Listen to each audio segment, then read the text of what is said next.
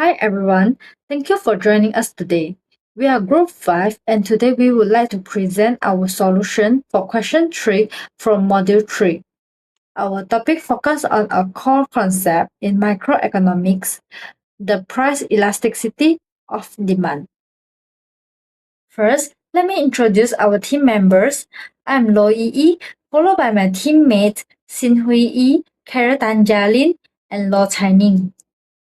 Now, let us look at the question provided on the slide. Assume that the demand function of a product is given as Q equal to 350 over square root of P. For this question, we are required to achieve three things. First, we need to find the price elasticity of demand for the product at price equal to 5. Second, we need to find the value of the price elasticity of demand at price equal to 10. And third, we must provide an economic justification for both of the answer we obtain.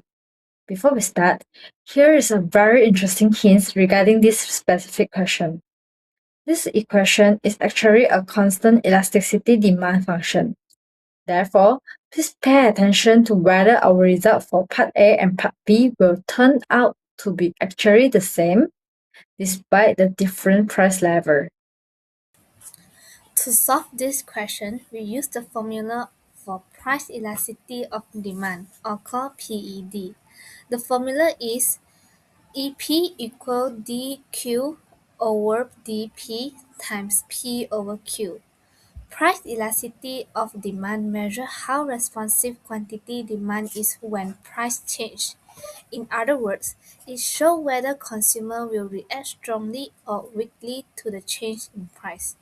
There are three interpretations of PED. The first is ED bigger than 1, the demand is elastic. This means consumers are very responsive to price change. The second is if ED is smaller than 1, demand is inelastic. This means consumers are less responsive to price change. And the last is ED equal 1, demand is unit elastic. This means the percentage change in quantity demand is equal to the percentage change in price. Before substituting into the formula, we must first differentiate the demand function. Next, my friend will show the calculation process. Now I will talk about question 3a. First, we write the demand function as Q equals 350 times P to the power of negative 1 half. Next, differentiate.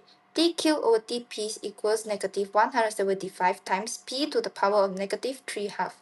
Then substitute into the inelasticity formula. Epsilon equals dq over dp times P over Q. After simplifying, epsilon equals negative 175 divided by 350, which equals negative 1 half. This shows the elasticity value is constant.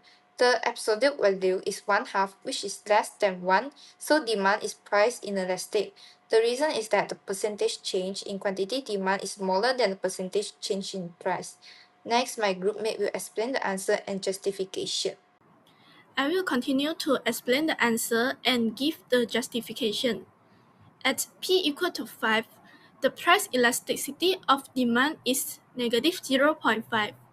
At P equal to 10, the value of elasticity is also at negative 0.5. The elasticity value remains the same because this demand function produces a constant elasticity. Since the absolute value of elasticity is less than 1, the demand is price inelastic. This means consumers are less responsive to price changes because the percentage change in quantity demanded is smaller than the percentage change in price. Therefore, even when price changes from 5 ringgit to 10 ringgit, consumers do not react strongly to the price change. In conclusion, for this question, the price elasticity of demand is negative 0.5. Demand is price inelastic at both P equal to 5 and P equal to 10. Thus, consumers are not highly sensitive to the price changes due to the smaller change in quantity demand. Thank you for listening to our presentation.